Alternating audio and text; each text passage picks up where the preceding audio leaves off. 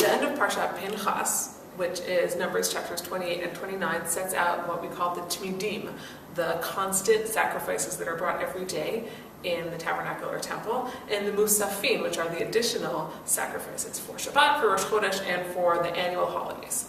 That section, in turn, is actually the source for the maftir readings for all of the festivals. On each festival, we recite the passage, or we read rather the passage that deals with the musaf offering for that festival.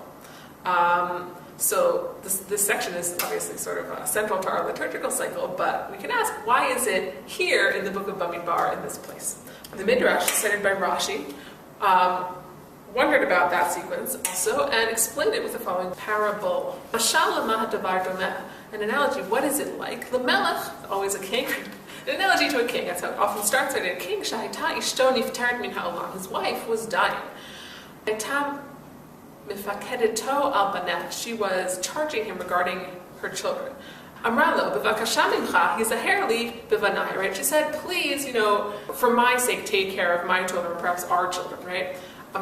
He said to her, right? Right? While you're charging me about my children, our children, right? Right? Rather charge them about me. That they will not rebel against me or treat me with any sort of disdain. This is what God said to Moshe.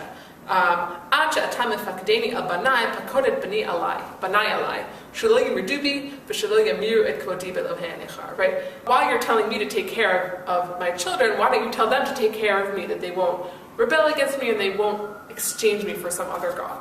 According to this midrash, God and Moshe have basically been husband and wife, as it were, raising their children, Bnei Israel. As Moshe is dying, he's worried about the children and asks God to appoint someone to look after them, which God does. But God seems to suggest that who will care for the children is less important than will the children continue to care for God.